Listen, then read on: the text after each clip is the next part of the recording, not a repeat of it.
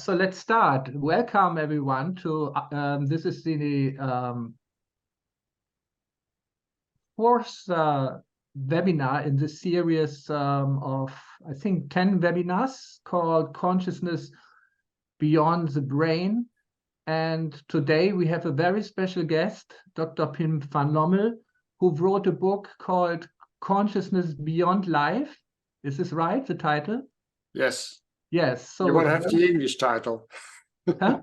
You want to have the English title. Yes, the English title. I think in German language is called Endloses Bewusstsein. That's it. Endloses Bewusstsein, yes. Unlimited consciousness. I like this title better even, but probably it's the same book. It's a book on near-death experience, and Dr. van Lommel conducted the first prospective study on near-death experience with, I think, around 600 participants, which was published. 344. How many? 344 consecutive survivors of cardiac arrest. Right, and it was published, I think, in the Lancet, so on a very high level published, which is, I think, a very unique achievement for this topic, which is still at the frontiers of science. And yeah, so we are very happy that you are here today. And today's webinar won't be in the form of a lecture, but in the form of an interview. And to interview Dr. van Lommel, we have Ronald Engert here. He is the publisher of Tattva Viveka, which is a magazine for science, philosophy, and spiritual culture, which we started together. Oh my God, a few decades ago. Next year we will have 30 years anniversary. 30? Yes. Yeah, next year in 2024. I can't make a big celebration. That's wonderful. So Ron will do the interview today. So we will have 1 hour of interview, and then we can open up the forum for questions from our audience. So again, welcome everyone, and Ron, and Dr. van Lommel, it's your stage now. Thank you. Okay, thanks, Marcus, for the introduction, and happy, very much welcome from my side also, Mr. van Lommel. Yes, you are still active, no? You started 1986 already with this research. 37 years ago. No? So it's so long time. Yes. It's amazing, and still you are active and working on this, and in the soft age of 80 years. Huh? Yes, you're right. So I have made a little bit research before. I want to start with a very simple question, statistical question. How many % of the population believe in or even had near-death experiences? You mean in the general population, or yes, in the study? Yeah, in the general population, what is your estimation? And also in your study, because I listened very different numbers from different sites.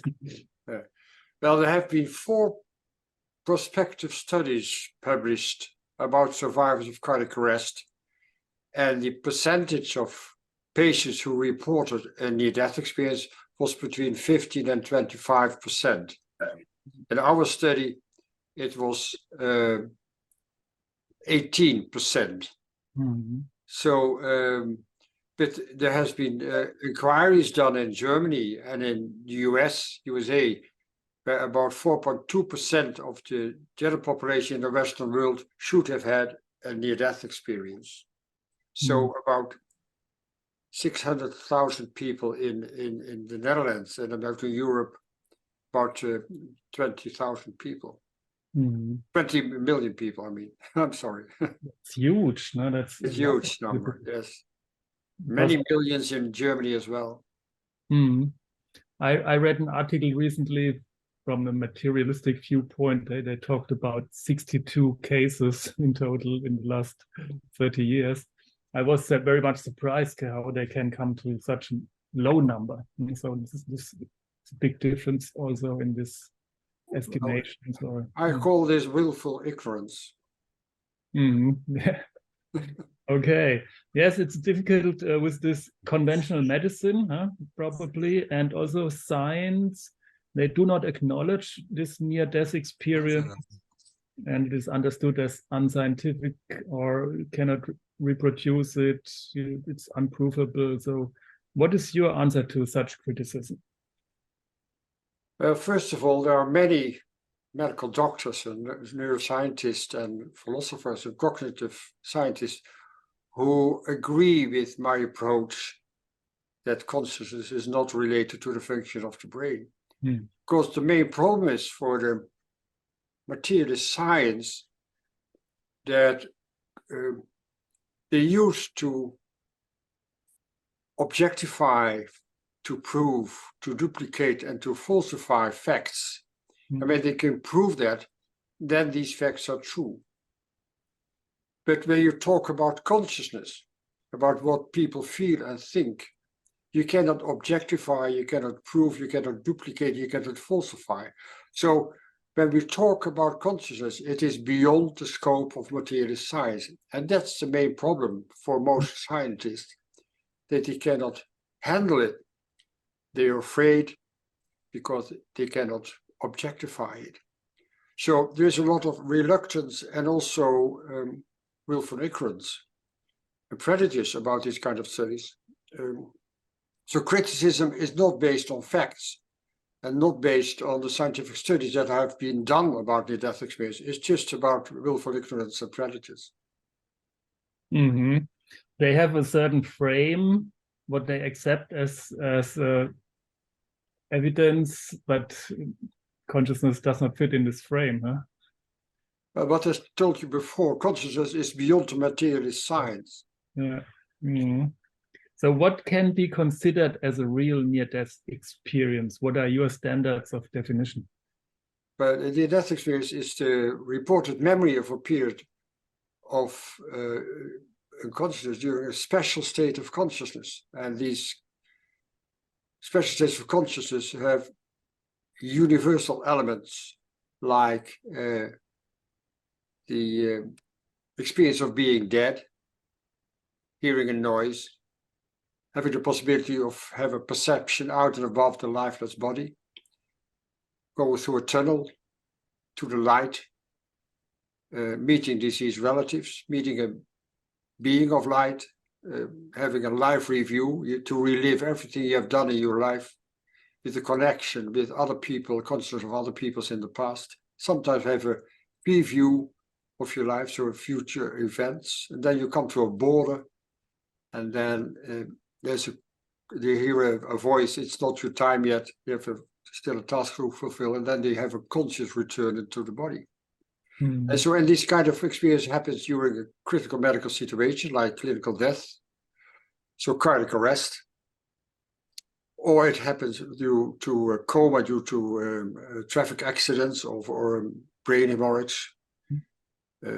It can happen due to a lot of loss, complicated childbirth in young women. It can happen through nearly drowning in young children, but it also can happen in situations not really life-threatening. It can happen through a severe depression, existential crisis, during meditation, during a walk in nature, during fear-death periods like an imminent traffic accident or mountaineering accidents. It can also, and the like experience can happen during the terminal phase of illness, which are called end-of-life experiences of deathbed visions. So all these kind of experiences can happen, but for a scientific approach, when you want to discuss the relationship between brain and consciousness, then you need prospective studies in survivors of cardiac arrest, because we know in cardiac arrest that the brain does not function anymore. So, and the other aspect of near-death experience is that it always gives transformation. People lose the fear of death. You have a new insight what is important in life, which is unconditional love and compassion, first towards yourself, accept your negative aspects we all have, being connected with other people and accept and love other people and nature as well. And the third aspect is enhanced intuitive sensitivity. So all these kinds of experiences can also be called now spiritual transformative experiences. Okay. So what would you propose to be a scientific or rationally understandable basis for near-death experiences? I don't know what you mean by a scientific basis. I mean, the near-death experience is a subjective experience. Yeah, no? So you cannot prove it. So the only thing you can prove, and what we did in our second part of our study, is a longitudinal study. But because we first start to talk about our prospective study, still the largest study ever done, prospective study included 44 consecutive survivors of cardiac arrest in 10 Dutch hospitals. And we started that in 1988. And it took about 4 years to include all those patients.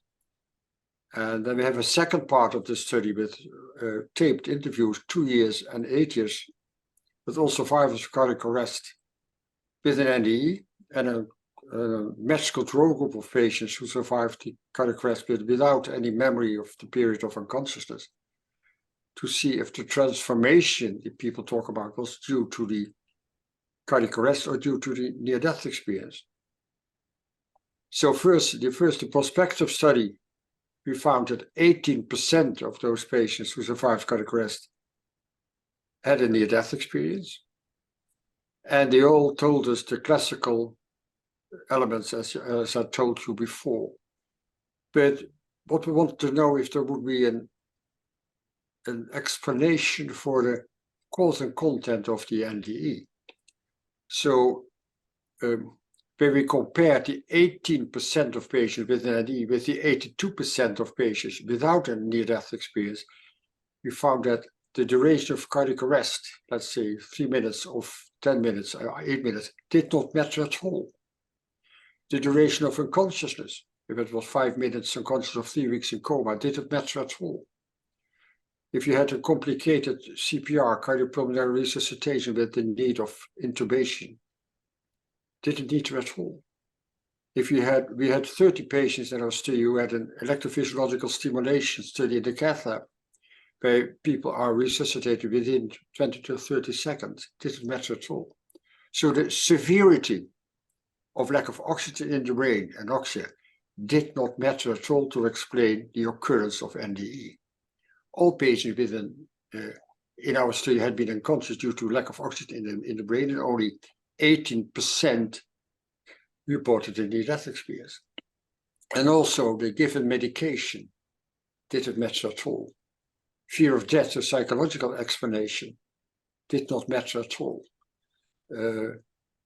Foreknowledge, that you know that these experiences are possible, did not matter at all. Education didn't matter at all. Religion, if they were atheist or Muslim or Christian, didn't matter at all. Gender didn't matter at all. So the main conclusion of our still largest study, prospective on near-death, and the only study with statistical analysis, is there is no medical scientific explanation why only 80% of patients who survive cardiac arrest report a near-death experience. And the second part of the study, what was the longitudinal study with the taped interviews, 2 and 8 years, we found that the classical transformation, as I told you before, no fear of death anymore, new insight that wasn't important in life, and enhanced intuition, was only in patients with the near-death experiences. It proved that it is the objective aspect of transformation proves the subjective experience. So we can prove by statistical analysis that the transformation was only due to an NDE. So that is the objective part of the subjective explanation. So we needed a study of 10 years, still no funding at all. We only did it in weekends and weeks and holidays. So there was no funding at all. And it was published indeed in the Lancet in December 2001. And it gave a worldwide stir as well. Okay.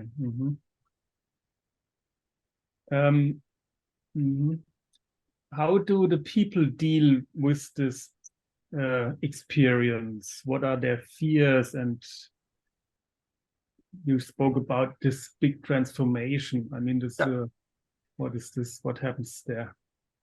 Well, the transformation does not fit in the worldview we have raised with, because it has a totally different idea about what life includes.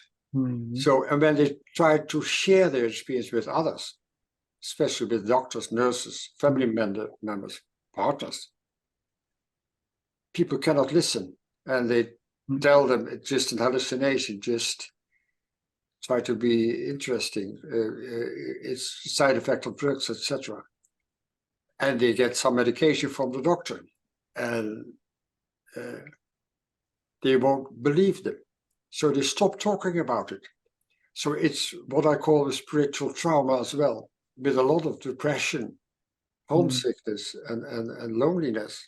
The divorce rate of those patients is 70%, because the partner said it's not the same person as I was married before. So, and this period of trauma can take years and years before they find someone who can listen without any prejudice and without any comments, and they can share it. And then they hear that it is normal, and this experience has a name, it's a near-death experience. Because at first they think they are crazy, because nobody will believe them. And when they have been accepting this experience, then they have the possibility to integrate this experience into their life. And it will take another 10 or 20 years. So, and I've met people who have been silent about the experience for 50 years. And once we did a study in 82 patients who had an NDE in the past, with an interval between 7 months and about 50 years, of no more, with a mean interval of 24 years. And we found in these 82 patients with a mean interval of 24 years, still half of them have not been able to share their experience with others, because society doesn't accept it, because we've always learned in university and in schools that consciousness is a product of brain function. So these experiences should be impossible. That's the problem.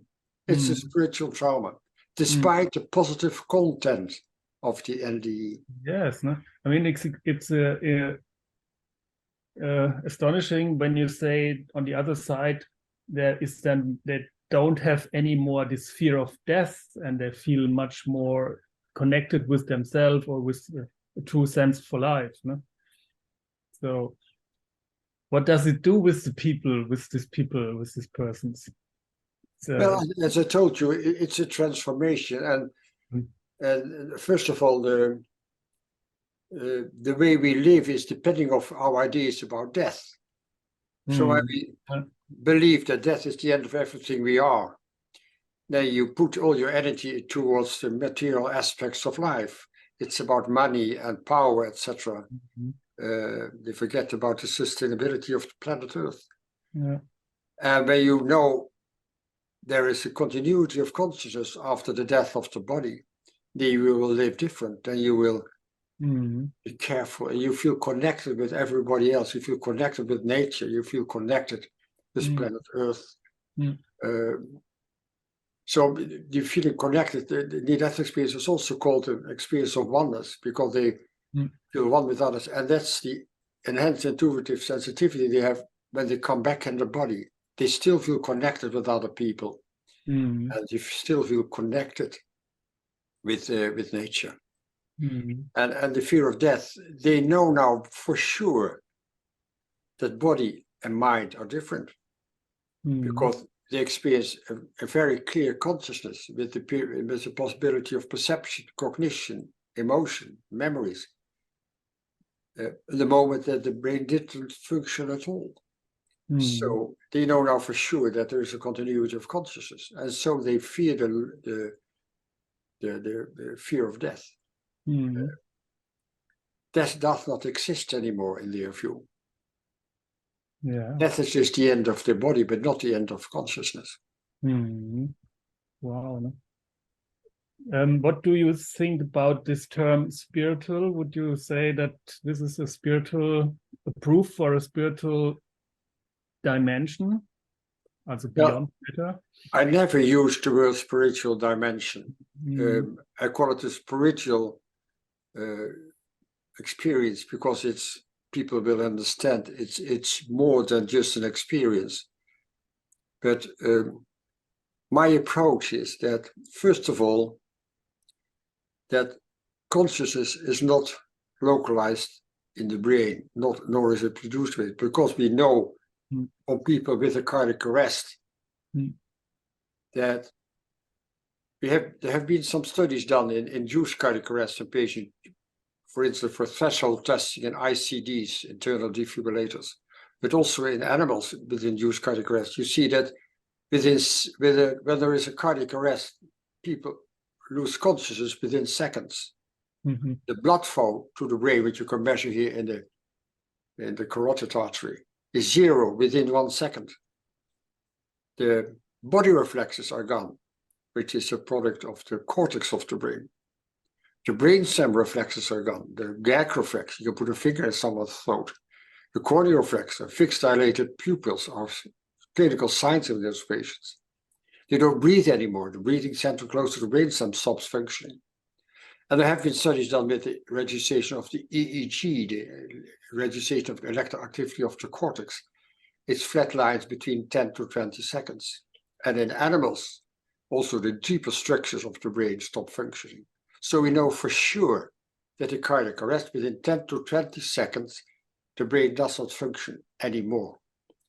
And successful resuscitation is never within 20 seconds. It always takes several minutes in a coronary care unit, but in a cardiac ward, in a ward somewhere in the hospital or out of hospital arrest, it takes much more time. And that's the reason why the out of hospital arrest, so cardiac arrest in the street,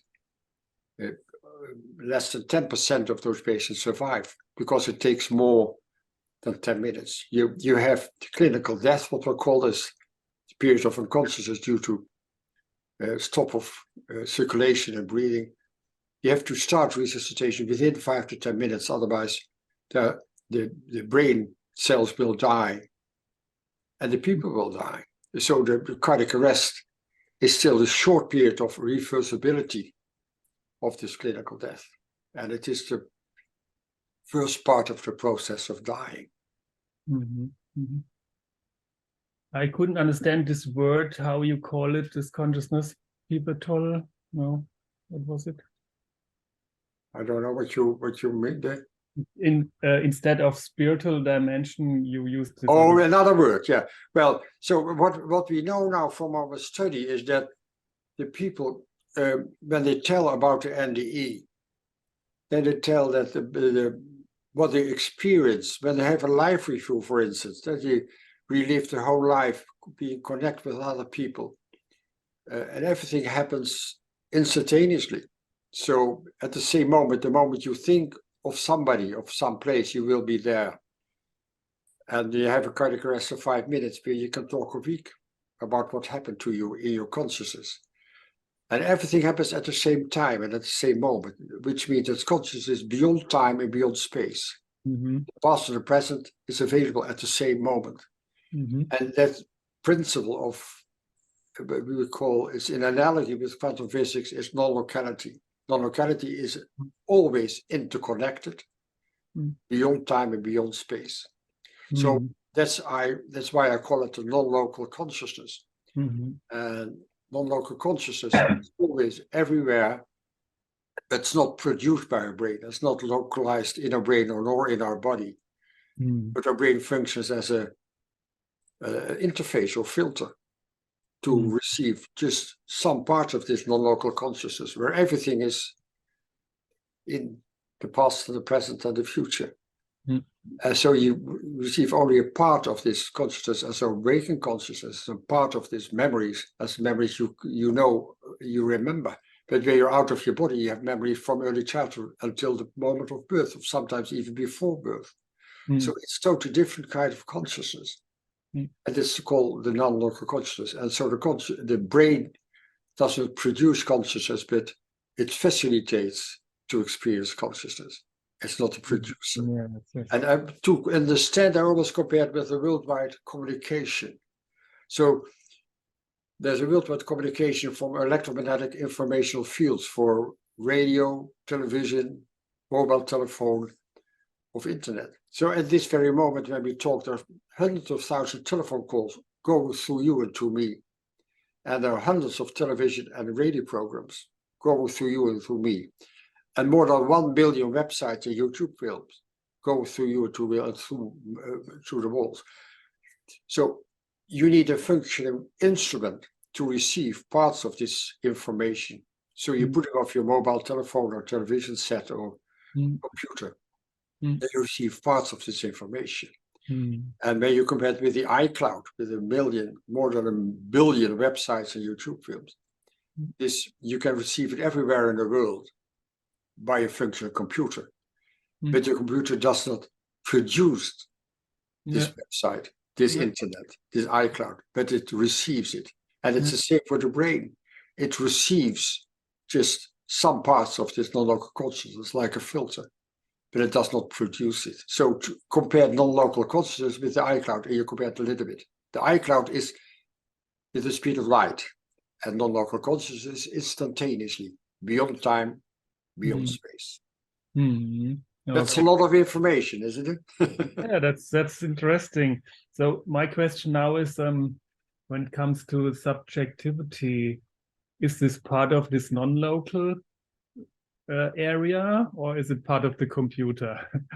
our personal individuality. That's non-local consciousness.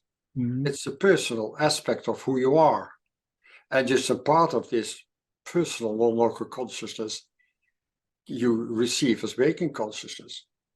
But when you're out of your body in this area of non-local consciousness, in this realm of non-locality, you're still there, but you still are connected with everybody else as well.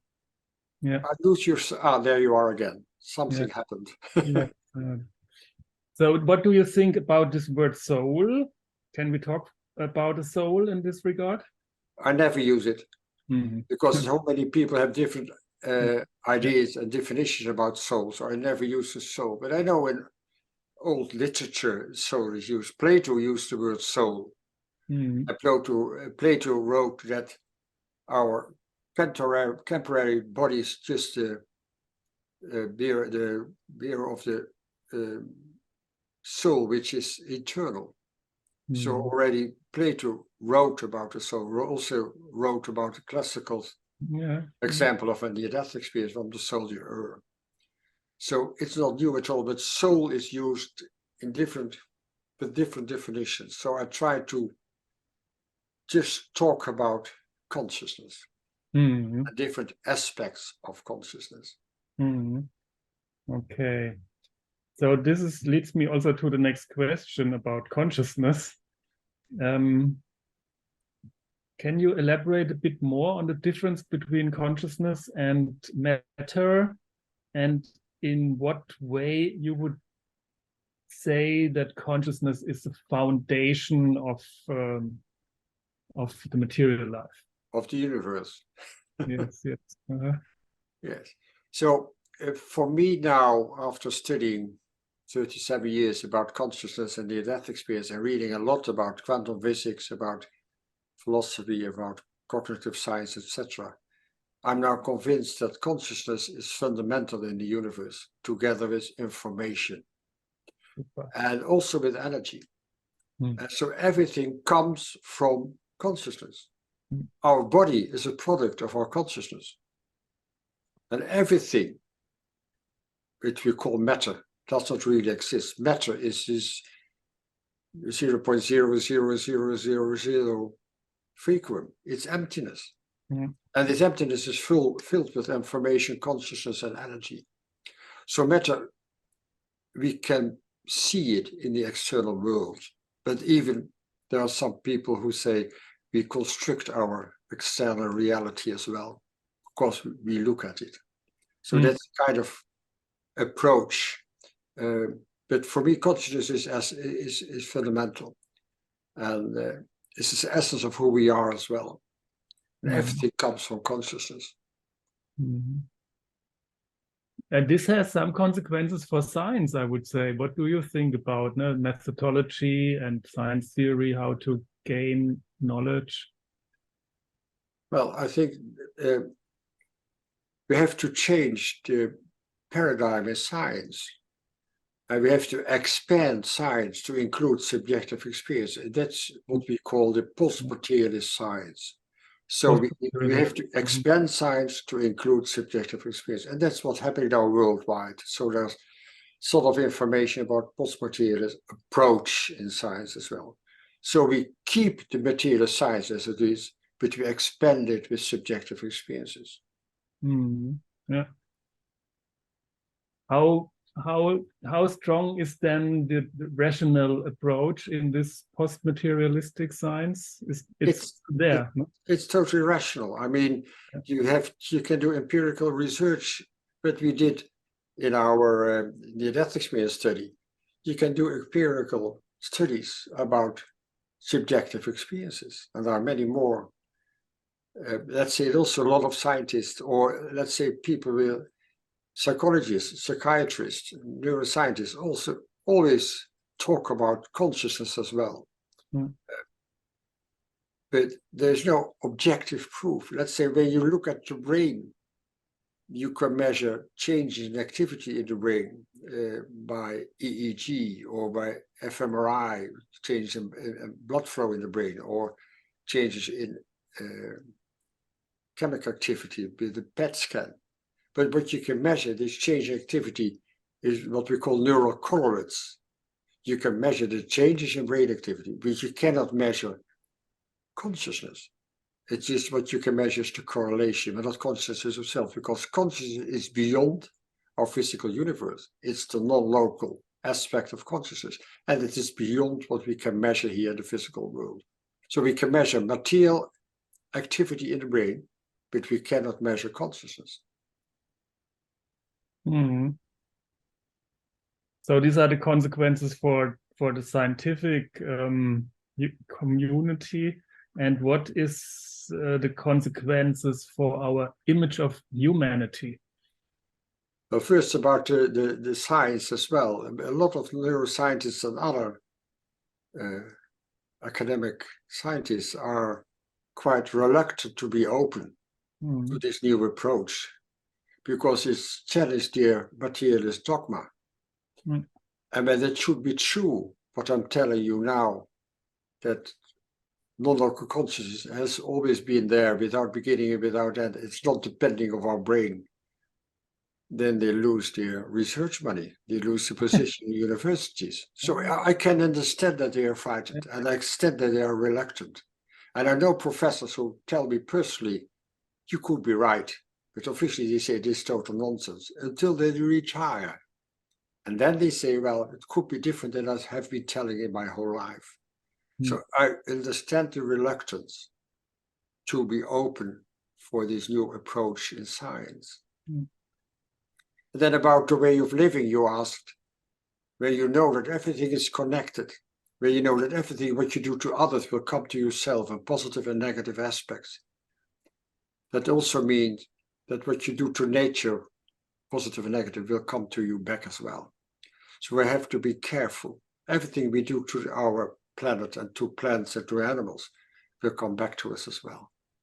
And so the way they live is changing. Most of the people with an ND are now vegetarian. They are very conscious about nature. And they want to be careful for planet Earth because of the future of our children and grandchildren who want to live and survive in this planet. So they change the way they live. And I think it's very important. And that's what we can learn from people with an ND. Change the way. I always tell people that people with a near-death experience have been my biggest, most important teachers as well. Because as a young doctor, I was convinced that consciousness was a product of brain function. I learned it on school. I learned it on university. I learned it in medical school.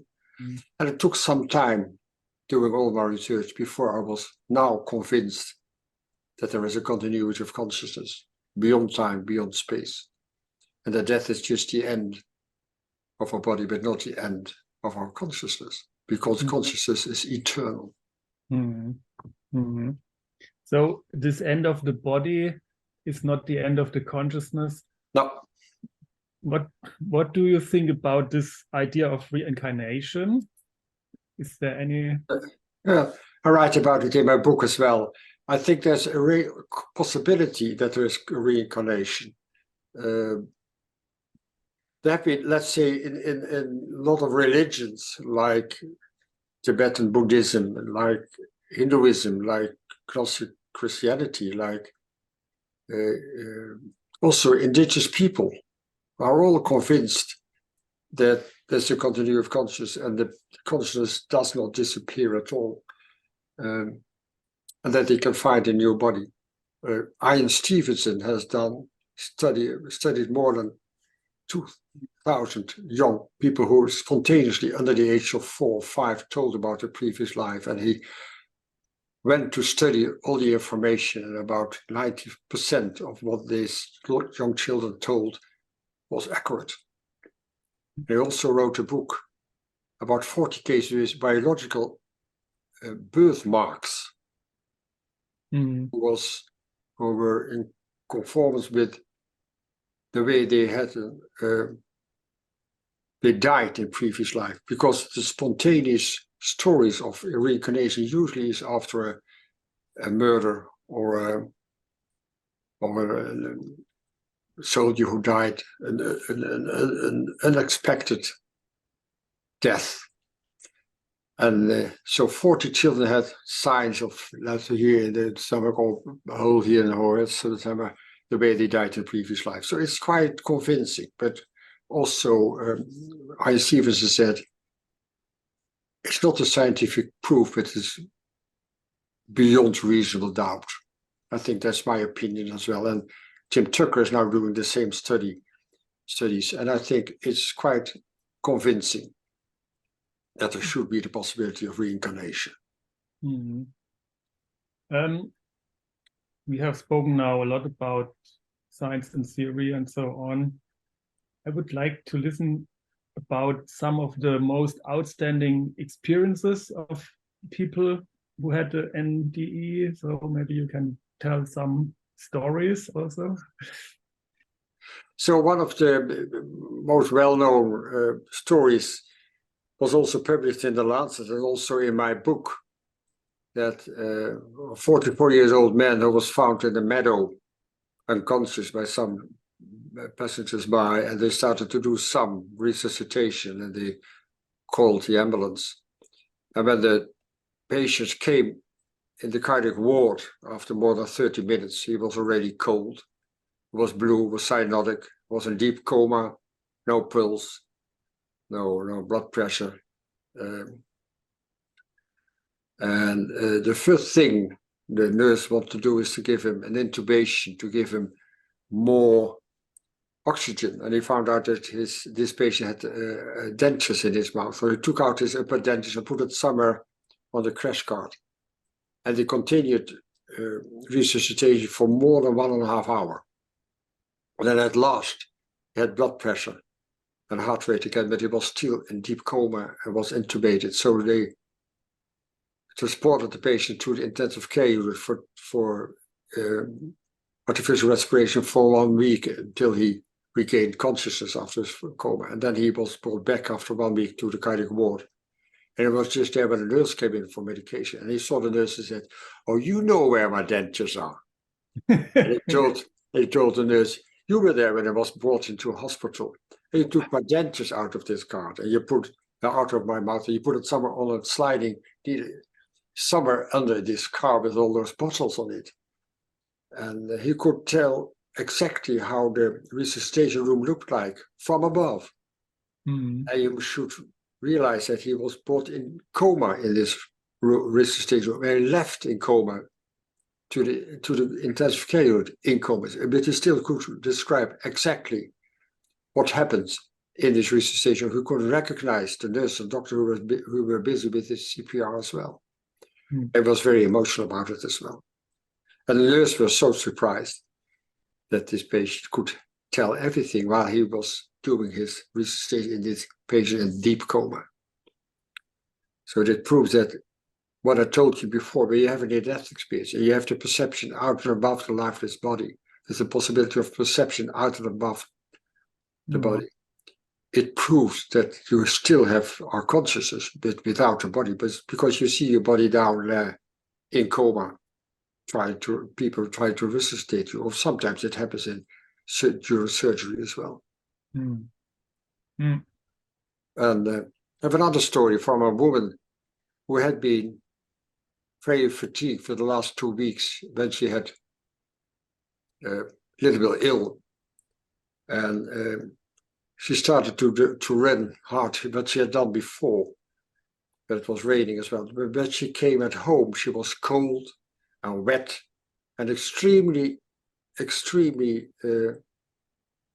exhausted. As she sat in a chair, I could not move anymore. And then her husband came in. Her husband was a medical specialist, always working in hospital and never coming home. But the moment he came home, he saw his wife, and then she fainted, and she had no pulse anymore. So he started to resuscitate his wife, and at the same time he called 112 for the ambulance. And then after about 6 minutes, she was successfully resuscitated with a shock. And then she came by, and she was put in the hospital for 3 weeks, and they were looking for. There has been some damage in the blood, or damage of the brain, of the heart, but there was no myocardial infarction, and they did a catheterization of her heart. There was no coronary artery disease, but her heart was not functioning too well. So it had been a virus infection, and that's why top people who sport intense always hear you cannot stop sport for 6 weeks after you have been very ill. But she told me that when she left, she lost consciousness. She saw her body from above. She saw her husband started to resuscitate. He saw her husband calling 112. And then she left through the ceiling, and she left her house, and she saw her house from above. She saw the city of Rotterdam from above. And then she went on, and she saw planet Earth, half dark, half white. So she was very far away. And then she went on between the stars and the universe. And at last she had the feeling that she had to go back. And then she came back above her house, and she could perceive through the top of her house, and saw her 2 small children there lying in bed.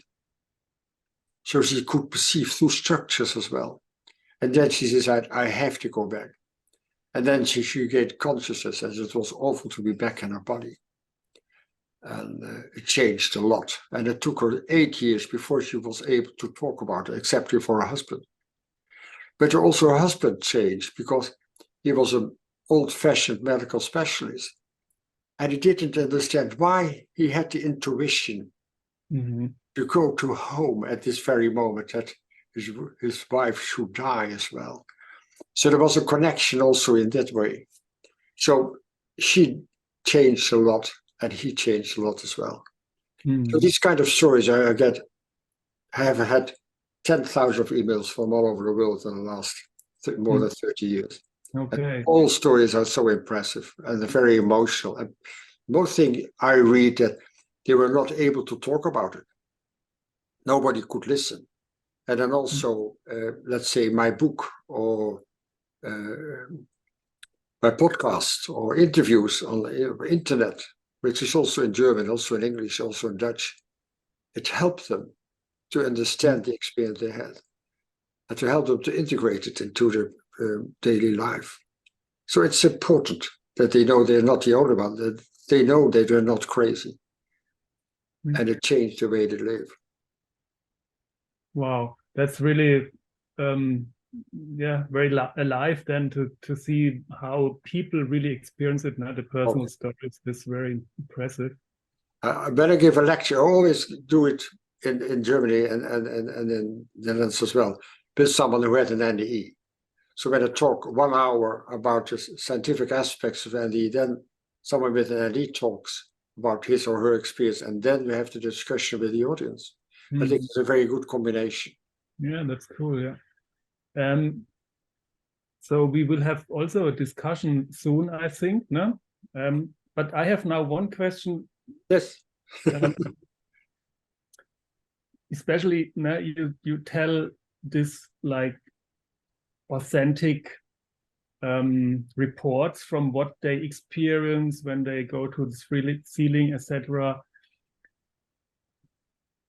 Is there any possibility to validate these reports in a scientific way, or? Yes, that has been done a lot. Mm-hmm. That's what we call corroboration of theoretical aspects of these out-of-body experiences. And recently there has been a book published by IAS, International Association of Near-Death Studies, by Dutch authors.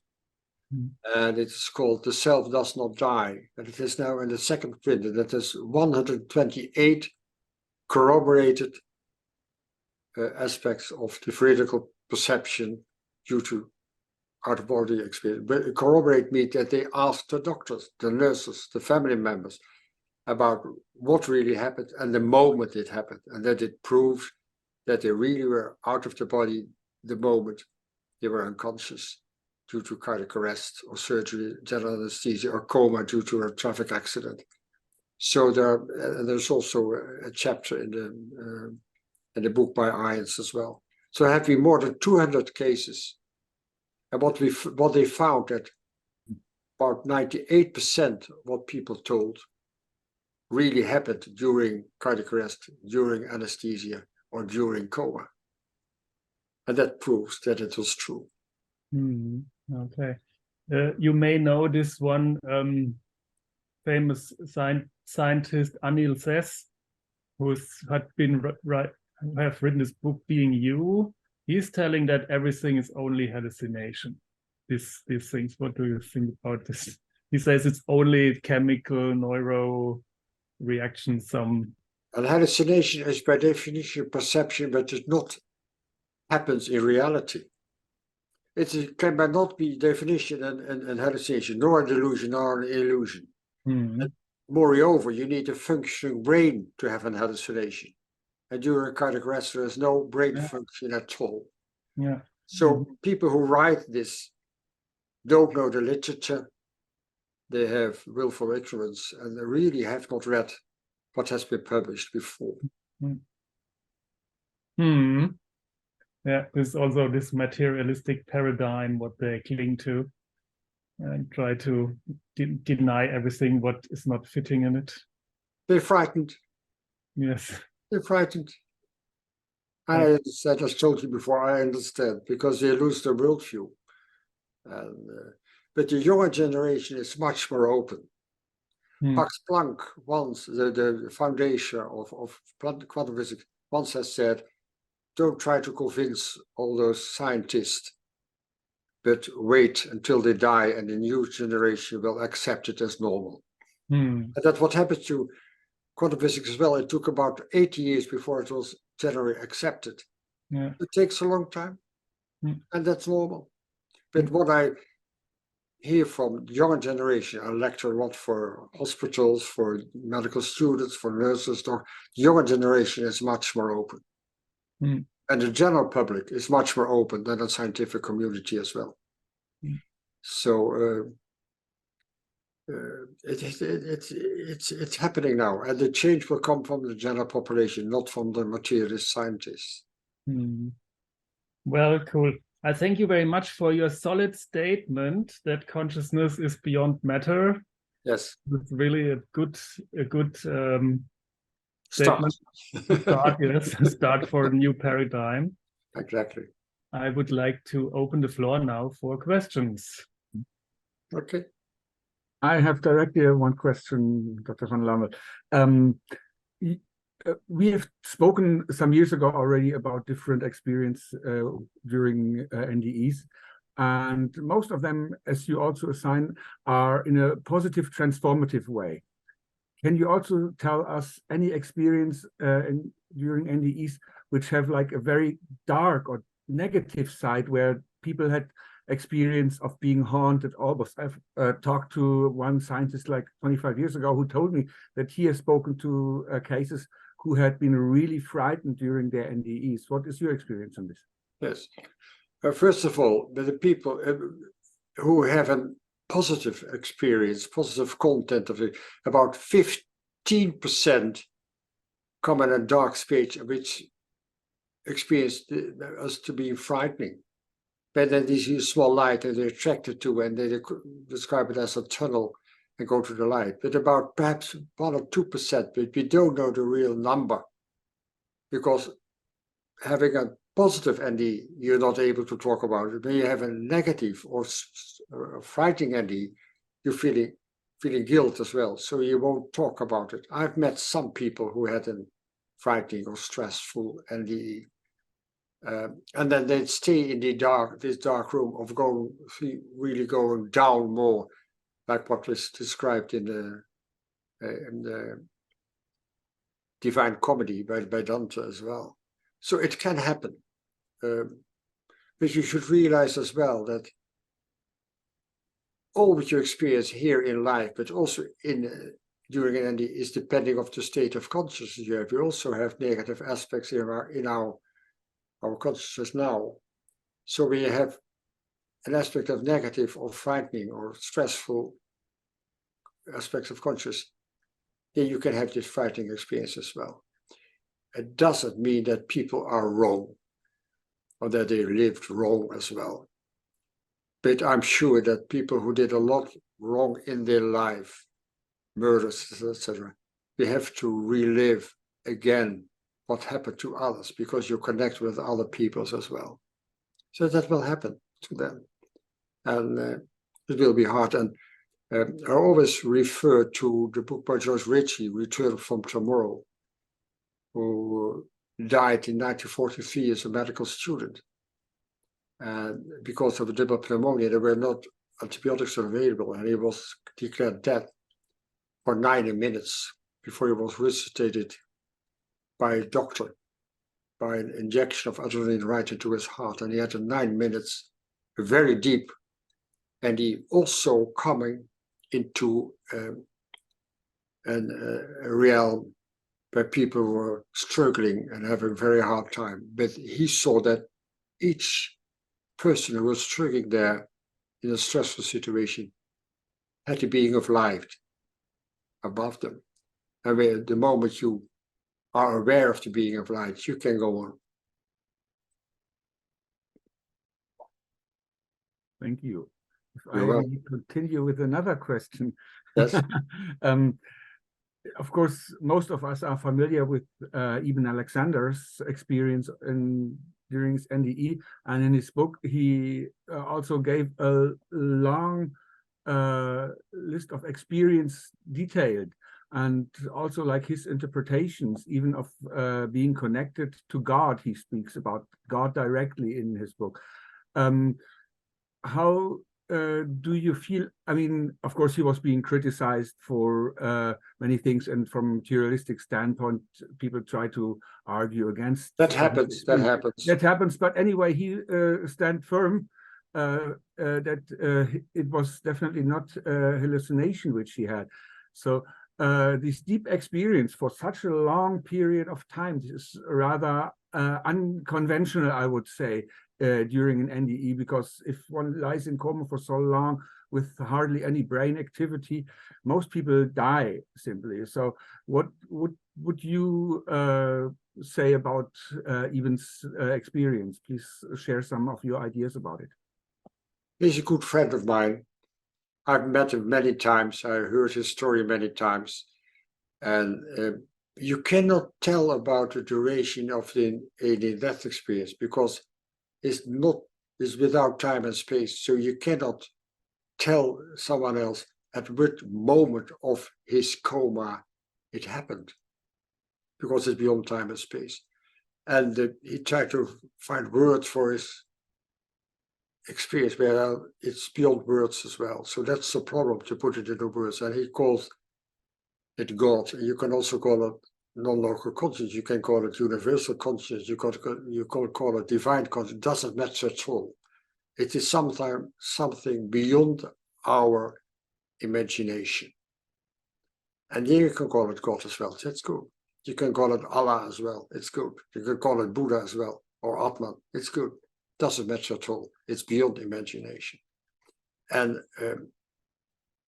when he talks, for the first time he talks at a conference, I was there as well, and he was so emotional, especially at the woman he has seen and later happened to be his own sister, because he was an adopted child. So he's very honest, and he studied a lot about non-local consciousness as well, and we agree in all aspects.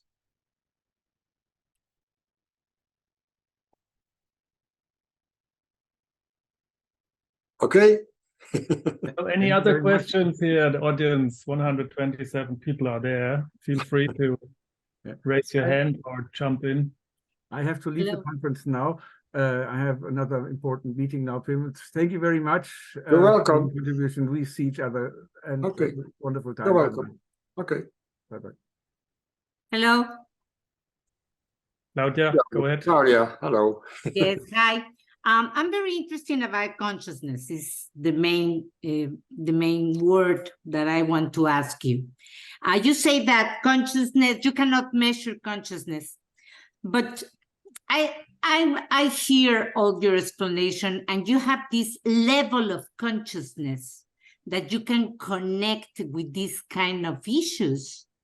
It's that you can see, you can understand. So consciousness, you need to have this level in order to go there. This is amazing, because you express so balanced, and so you don't go with this dual interpretation of good and bad. It's something totally beyond that, no? So my question is that, how do you do it? How do you think it comes from a past life, or how do you connect with that? I started with scientific curiosity. Being a cardiologist, when I started asking patients who survived a cardiac arrest in 1986, within 2 years, I met from the 50 patients who survived cardiac arrest, 12 patients who shared their NDE with me. And then I started my scientific curiosity, because I had learned in university that it was impossible to experience consciousness when your heart stops. I had learned that consciousness was a product of brain function. University still learn it to medical students, and also in schools, young people learn that it is a product of brain function. So for me, the question arises, what could be the explanation for the cause and content of the NDE? That's why we started the prospective study in the Netherlands. So it started with curiosity. I was raised with the idea that consciousness was a product of brain function. I was an old-fashioned materialist cardiologist when I started, but I changed a lot. And now I'm convinced that there is a continuity of consciousness, that death is not the end. Death, what we call, is a different kind of life as well. So there's a continuity of consciousness. Death is the end of our body. And there are so different levels of consciousness, but everything is connected as well. So the level you're conscious where you will be in is depending of your level, where you're, let's say, where you're apt to be there. Thank you. Do you think you have a connection with that? With the activity of that? Well, I did not have an NDE as far as I know, I always tell me. But I'm very open to nature. I always love nature. I always love silence. Our house is always silence. We are vegetarian, my wife and I, for more than 25 years. So we live consciously. We only eat biological dynamic food based on anthroposophic ideas. So we try to live consciously. We like to be careful with the environment as well. Okay, thank you. Sabine Hofmeister has a question. Unmute yourself, please. Yeah, okay. Hello. Thanks a Hello, lot Sabine. for the nice information. I have a question. I'm also a physicist. Yes. And are you confirm with the theory of Burkhard Heim? He was a German physicist who explained the world model 6-dimensional, and he has also not the material as first step. The material is only a subtype of a higher level of thing. It's called metron in this theory, which condenses in a kind of way. And in my world view, it's very interesting. He has 6 dimensions, the space and the time, and then eon and entelechy. And he talks about paranormal phenomena, about post-mortal conditions. Yes. And he sees the interaction about with the material, the brain, with a higher field that goes on via biophotons. And here's Fritz Albert Popp. And I read a little bit, and it's very convincing to me. Do you have insight in this theory? I don't know his book, but what you tell me is the same as I tell you as well. Okay. So there's a higher dimension, which we call non-locality, where information is localized and everything is connected. And I never use the word paranormal because it's normal, but you need a different kind of definition. So everybody is, it's possible for everybody to have this kind of special states of consciousness, also in meditation, also in whatever circumstances. So it's not paranormal, it's normal. And a lot of people have these kind of experiences as well. So I don't know his theory, but I think I can agree with his approach that there is a higher aspect which we cannot measure as well. Yeah. And there's also a book by Jude Curran, who is a quantum physicist as well. She writes a lot about information in the universe as well. Jude Curran. So I hope everything, one can see the group chat. It was Burkhard Heim, Illobrand von Ludwiger, and Fritz Albert Popp, who have. Yeah, I know Popp, and I have the book of Heim as well. I think about the biophotons. The biophotons are the transmitters. I remember. I have the book by matter. Heim and I have the book by Popp as well. I've been visiting his laboratory as well. Oh wow! Yeah, now I know what you're talking about. But this is the same approach, the same theory, using different words but with the same aspects. Oh, thank you a lot. You're welcome. So you're now Robert Schorn.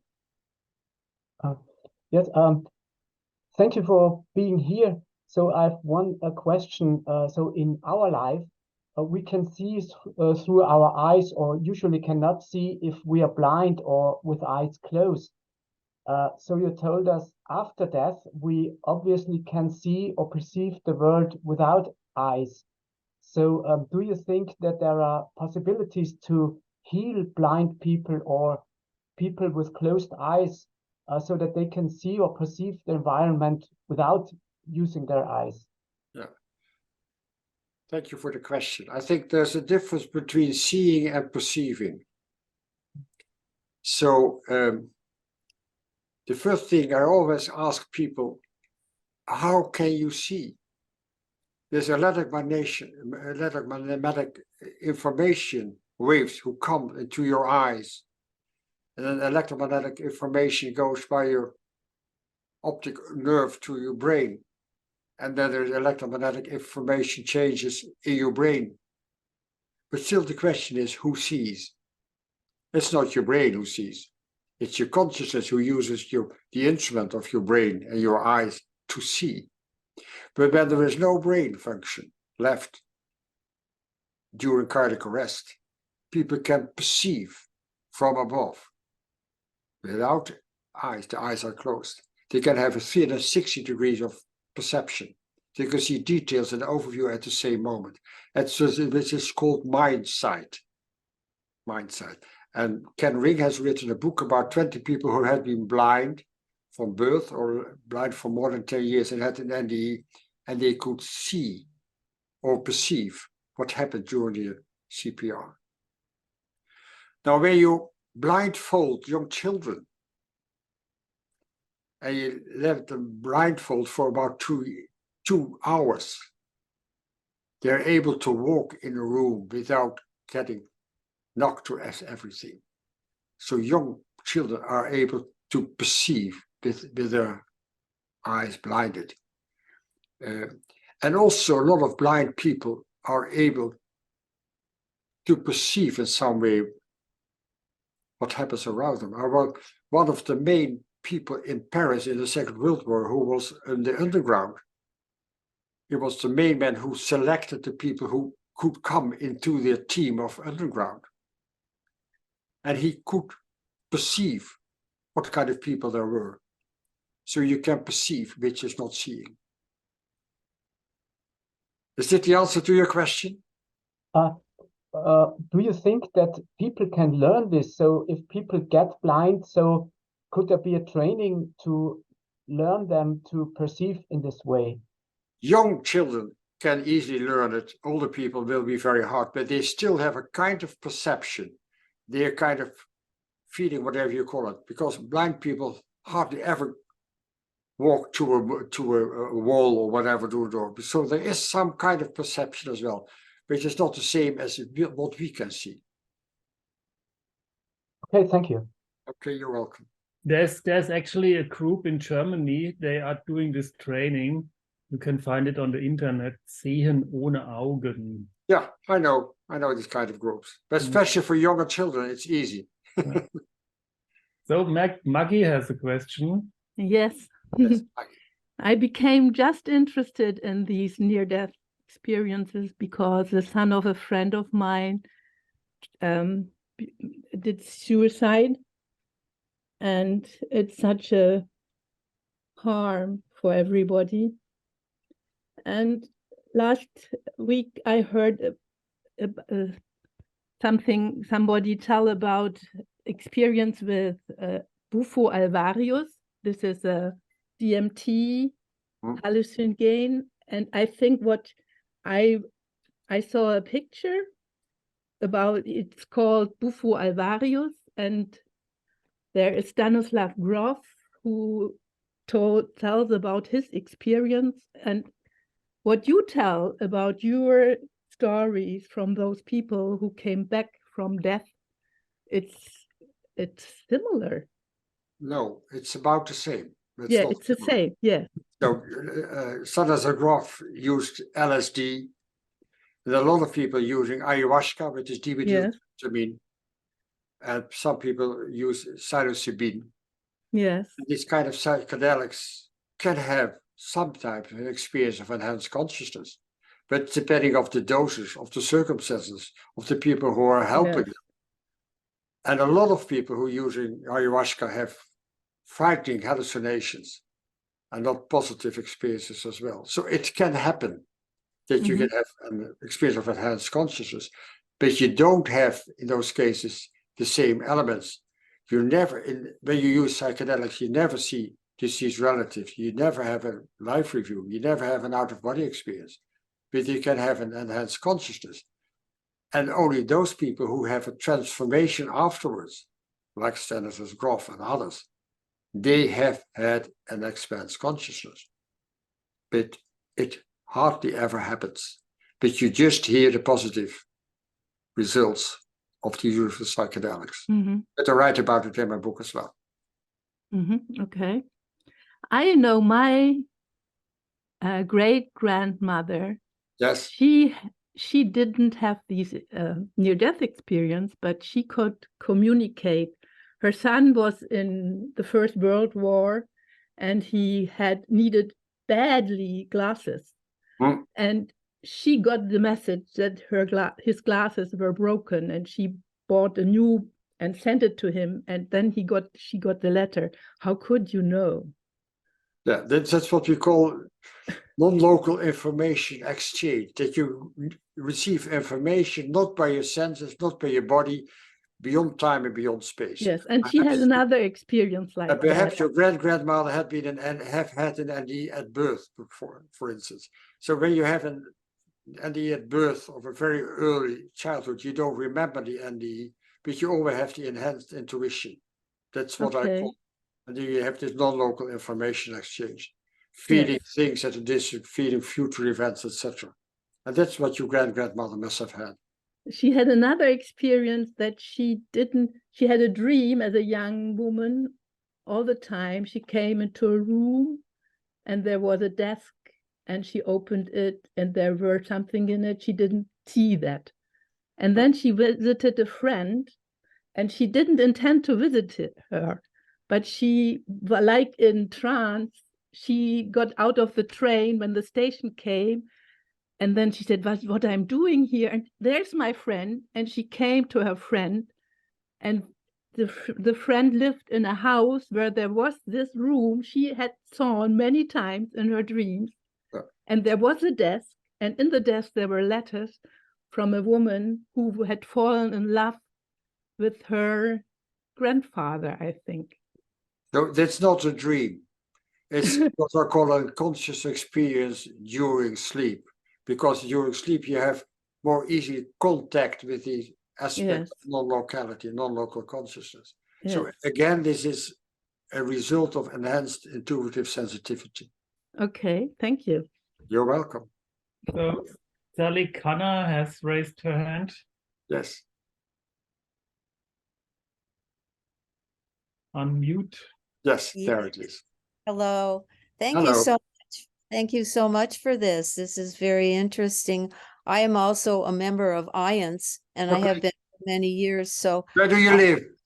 I live in California. Okay, where? San Jose. San Jose, okay. Yes. There are many groups there. Yeah. Yes, yes. My question is, there's a book, and I cannot remember the name of the author. It's called Power versus Force, and you're probably familiar with it. It's a doctor who had instrumentation, and he could measure frequencies of different emotions. And for instance, guilt and shame are the lowest frequency, and then he went up from there all the way up to like a highly enlightened being, which would be around 1,000. And I was wondering, from a standpoint of that and Marcus's work with the Healy, which I have and I absolutely love, are they considering measuring that and being able to incorporate that, or have they already and I don't know about it? But in the Healy or the Time Waver, which I don't happen to have, is there any possibility of raising the frequencies to that level? First of all, I don't know the study of measuring energy levels, but what I know is that when you do meditate, when you open yourself to nature, when you open yourself to classical music, be quiet then you will enhance your frequency as well. Everybody can do it. But when you have a near-death experience, then abruptly your frequency has been enhanced to an enormous height. So they didn't ask for it, but it happened to them because of the near-death experience. It's one of the aspects of the transformation after a near-death experience. But we all can have the possibility to learn a lot and try to be open. Forget what we have learned, forget the dogmas, and be open. But also frequency exposure to higher frequencies can also improve a person's level of consciousness, correct? I mean, I think it does, because in the Indian, at least from the Indian teachers I've had and been around, that's why they have these things called Gurukul, where they bring their students in and keep them with them so that they're exposed to that higher frequency continuously. So they help them to have access to this non-local consciousness. They help them to open, Yes. and to change their filter, to change the interface. That's what they're helping to do. Because it's always there, the higher aspects of consciousness, but we don't have access to it. So you can indeed train it also in India, but also here. Oh, yeah. Yeah, for sure. Okay. That's Yeah, it. Thank you. You're welcome.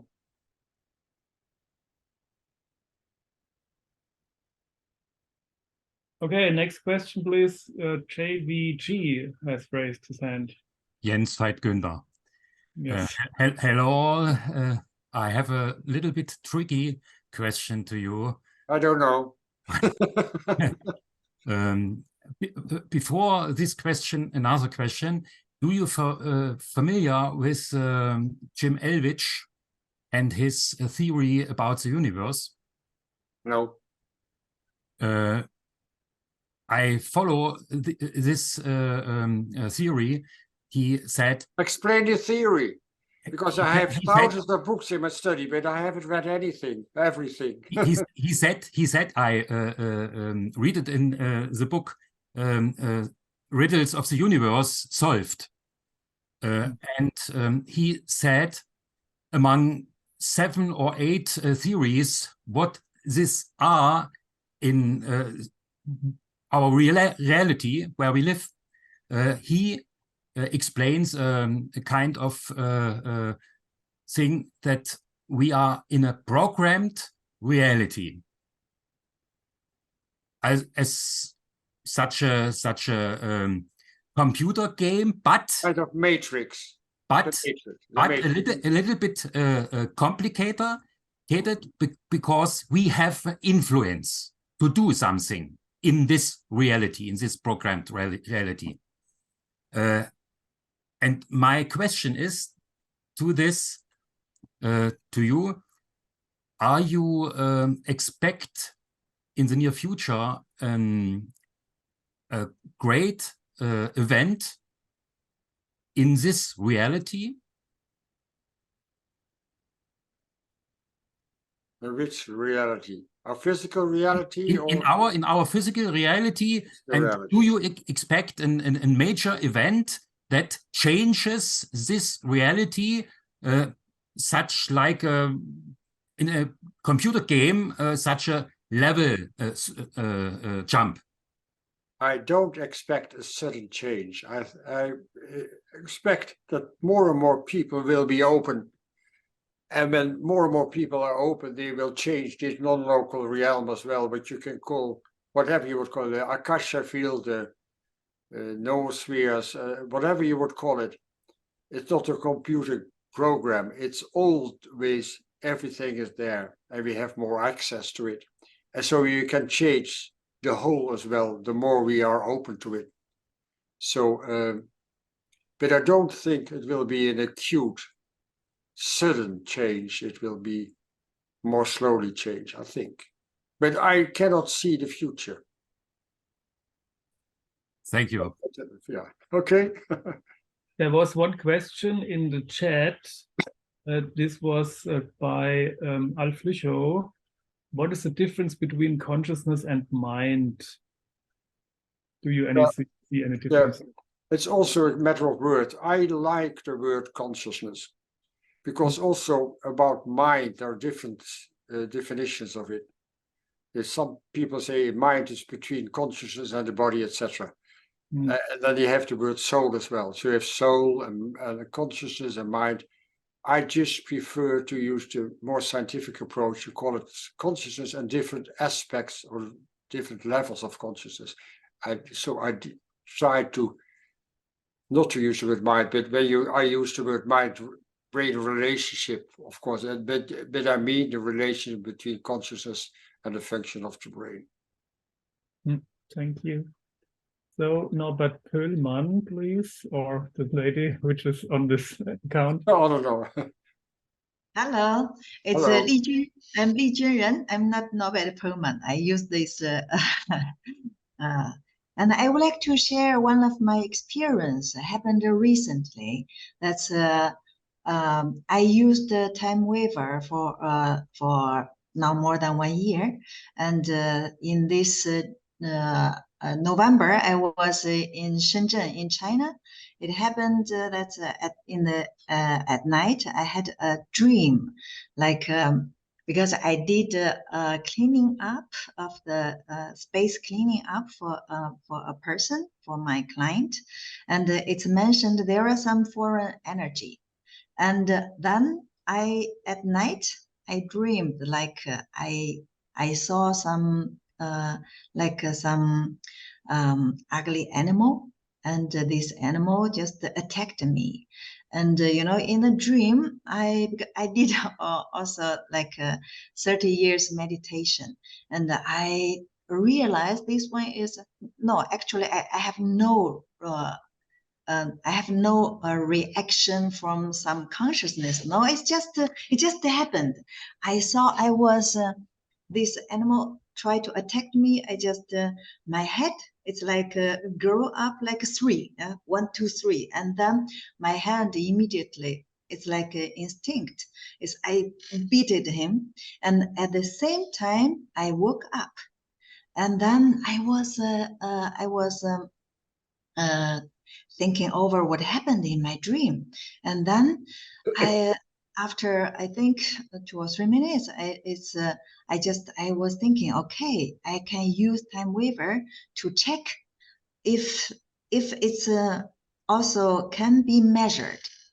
So I just used the time waiver. I used this space cleaning up for me, and then it's written that there was a ghost.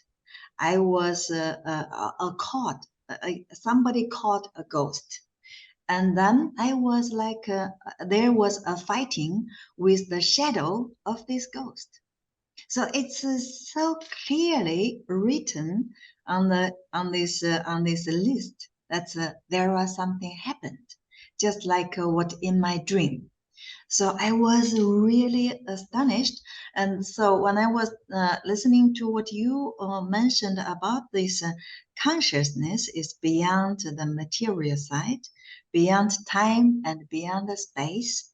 And by this way, it means what I dreamed, it's measured by time waiver. So these things are not existing in my body. It can be measured by this, it's just existing in the universe. So I just want to share this experience. It's really very recent experience, what happened to me. So I think it's also a kind of proof, like this consciousness is existing not only in the space of my body, of my dream, but it's also existing in the universe. Yes. First of all, it was not a dream. It was a conscious experience during sleep, which is totally different. And this is it happens more often. I also know quite a lot of people who had a near-death experience have been attacked during night by this kind of very aggressive beings or creatures. And because they feel that they may be close or come to you. So it happens more often. And I don't know if you can measure it, but you can try to, let's say, to realize that it's not a physical reality as well. It's just a kind of product of your consciousness where it's not a reality, but you experience that a reality in your consciousness as well. For me, I think this one is not a physical reality. No, exactly. Yeah, but it happens in my dream. It's not in your dream because it's in your consciousness. Yeah, we call it dream, but because I was also thinking, if I didn't have this experience of my meditation, and if I'm not so full of this consciousness, if I got this attack, I will be sick. or it will be a big problem for me. Yes, So I'm quite sure about it. yes, So you did it quite well. You managed it quite well. yes, All after right. it's like a 30 years training. Wonderful. All right. So I think we reached the time limit of our webinar for today. And I thank you so much, Dr. Pim van Lommel, for this very inspiring words and answers to the questions. And it was very lively. I also thank to Ronald for conducting the interview and all our participants for today.